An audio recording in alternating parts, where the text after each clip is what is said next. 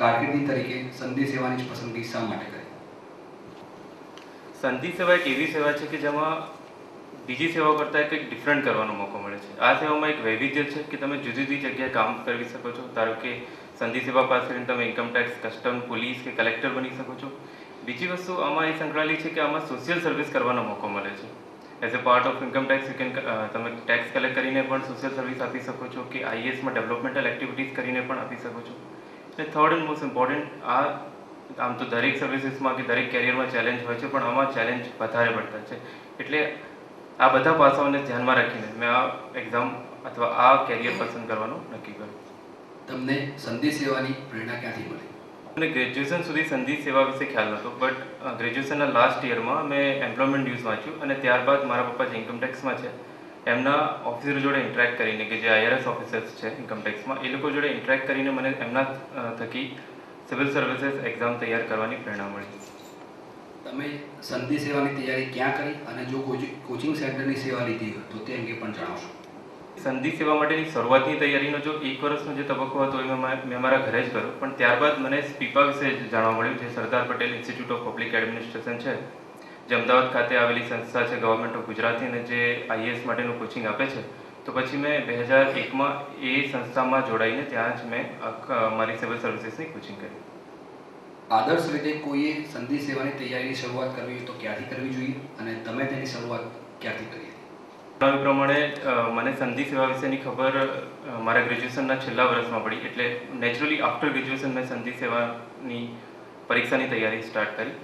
But ideally આ સેવાની તૈયારી, આ પરીક્ષાની તૈયારી જો તમે 12મા ધોરણ પછી એટલે કોલેજના ફર્સ્ટ યરથી જ આ એક્ઝામની સ્ટ્રેટેજી ધ્યાનમાં રાખીને તૈયારી કરવામાં આવે તો આ એક્ઝામ પાસ કરવામાં સફળતા નીકળી શકે. કોઈ વ્યક્તિએ તૈયારી માટે દિવસના કેટલો સમય ફાળવવો જોઈએ અને આ માટે તમે કેટલો સમય ફાળવતા હતા?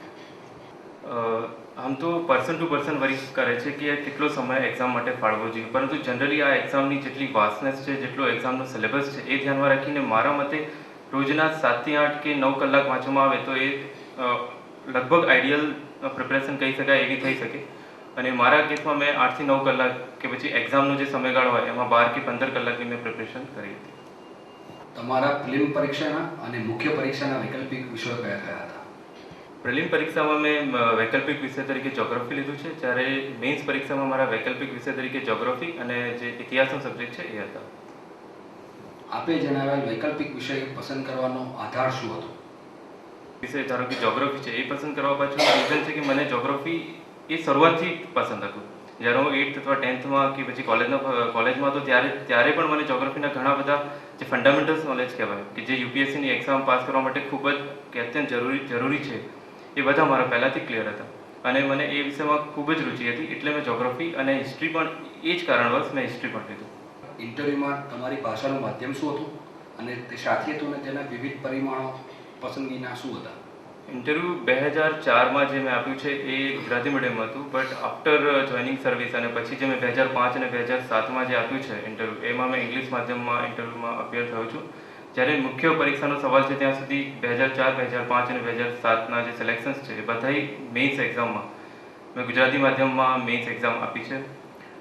અને મારું મેઇન્સ એક્ઝામ ગુજરાતીમાં લખવા પાછળનું રીઝન એ છે કે મેં 1 થી 12નો અભ્યાસ જે છે એ ગુજરાતી માધ્યમમાં કર્યો છે, અને ગુજરાતી માધ્યમમાં અભ્યાસ કર્યો છે 1 થી 12નો, તો નેચરલી એ ગુજરાતી ભાષામાં હું સરળતાથી અને બહુ ઇફેક્ટિવ રીતે મારું પ્રેઝન્ટેશન આપી શકું મેઇન્સના પેપરમાં, એટલે મેં મેઇન્સમાં ગુજરાતી માધ્યમ પસંદ કર્યું.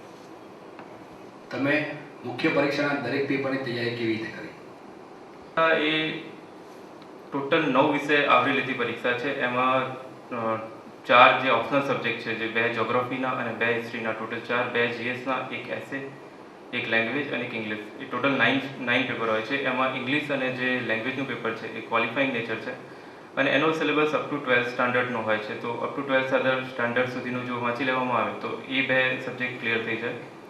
જ્યાં સુધી જીએસનો સવાલ છે તો પ્રિલિમ્સની જે આપણે તૈયારી કરીએ છીએ તો એમાં પણ મોટાભાગનું જીએસની જે મેઇન્સની તૈયારી છે એ આવી જાય છે, પણ તેમ છતાં પ્રિલિમ્સ અને મેઇન્સની તૈયારી થોડીક ડિફરન્ટ છે. તો મેઇન્સમાં તૈયારી કરવામાં જે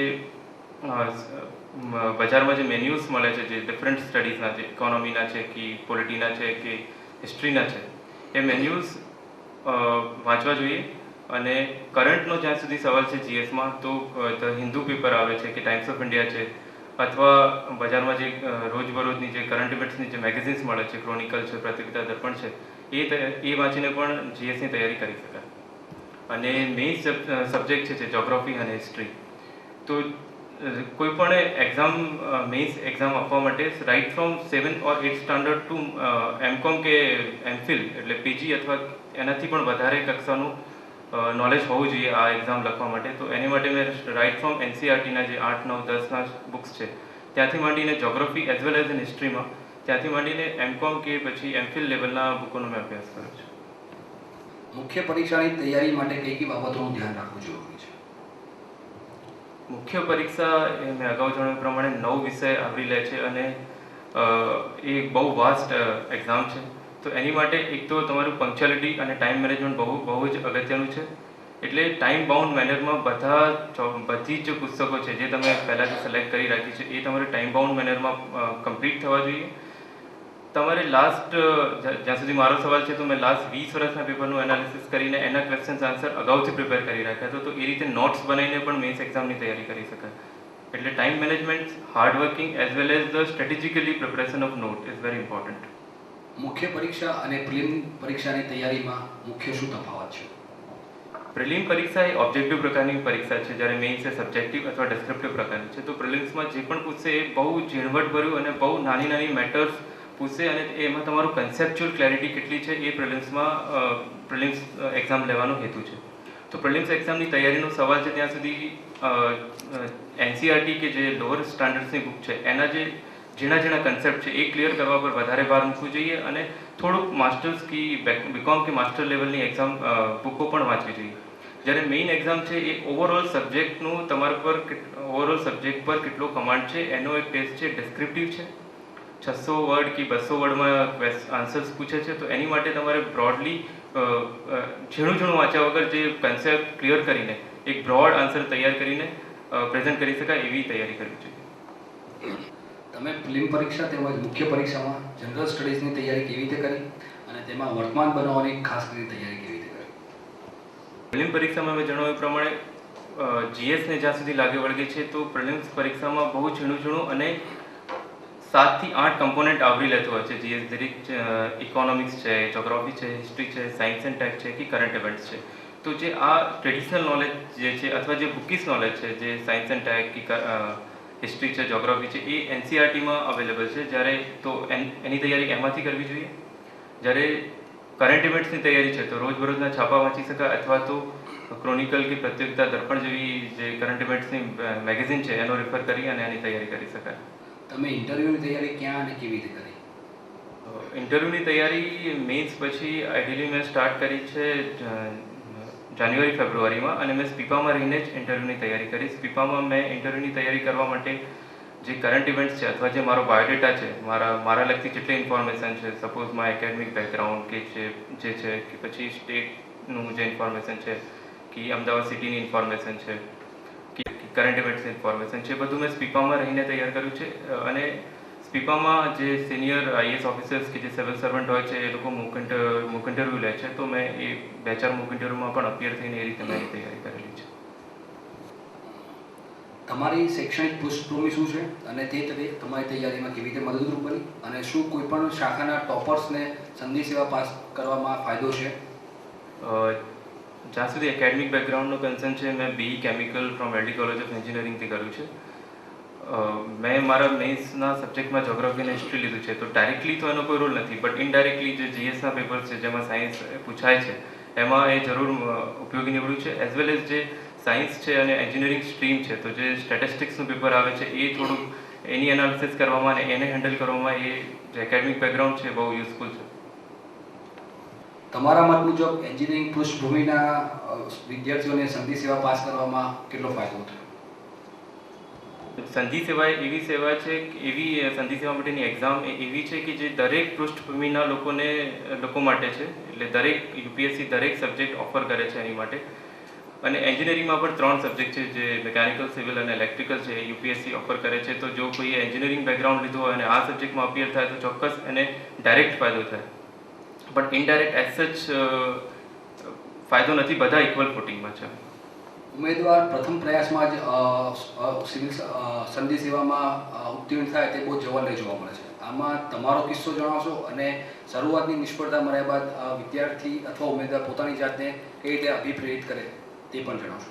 નથી કે સિવિલ સેવા પ્રથમ એટેમ્પ્ટમાં ના પાસ કરી શકાય. જો જેમ મેં જણાવ્યું, જો વિદ્યાર્થી કોલેજ કાળથી જો વ્યવસ્થિત એની સબ્જેક્ટ સિલેક્શન કરીને અને સ્ટ્રેટેજિકલી તૈયારી કરે તો એ જરૂરથી પ્રથમ એટેમ્પમાં પણ પાસ થઈ શકે.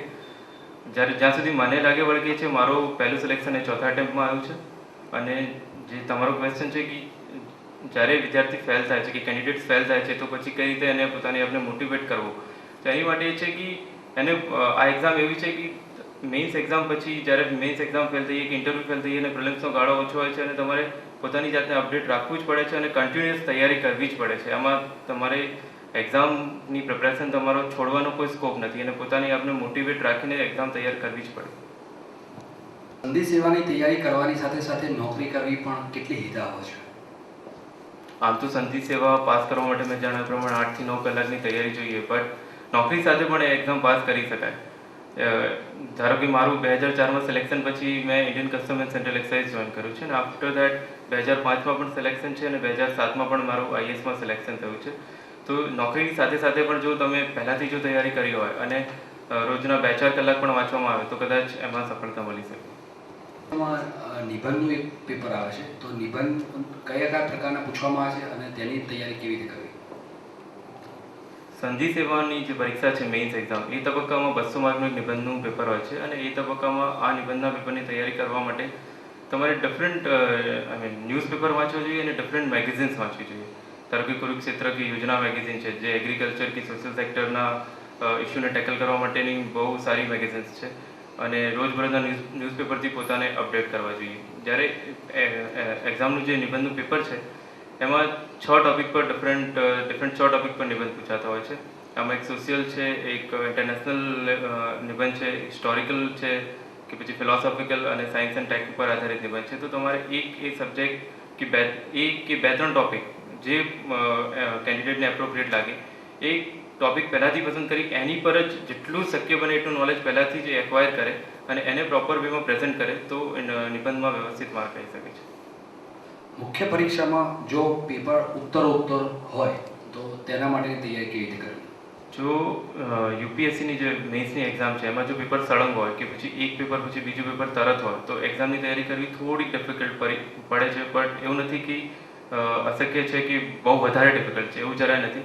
એ એક્ઝામની તૈયારી કરવા માટે તમારે અગાઉથી આયોજન કરવું પડે. એમાં એકવાર સબ્જેક્ટ પ્રિપેર થયા પછી એનું રિવિઝન તમારે કન્ટિન્યુઅસ રોજના 3 થી 4 કલાક કે જે તમારું લાસ્ટ બેક ટુ બેક જે સળંગ પેપર છે એનું જે લાસ્ટ પેપર છે એની તૈયારી રોજ તમારે એનું તૈયારી થયા પછી એનું રિવિઝન સળંગ 2-3 કલાક કરો તો પછી સળંગ પેપરમાં કોઈ પ્રોબ્લેમ આવતો નથી.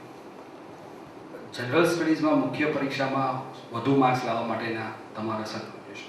સ્ટડીઝની મેઇન્સમાં જે જનરલ સ્ટડીઝનું પેપર છે એ 7 થી 8 ડિફરન્ટ કમ્પોનન્ટ આવરી લે છે. ધારો કે પેપર 1ની વાત કરું તો જે હિસ્ટ્રી છે એ અરાઉન્ડ 85 to 90 માર્કનું છે. ભારતીય બંધારણ કે ઇન્ડિયન પોલિટી છે એ 120 માર્કનું છે.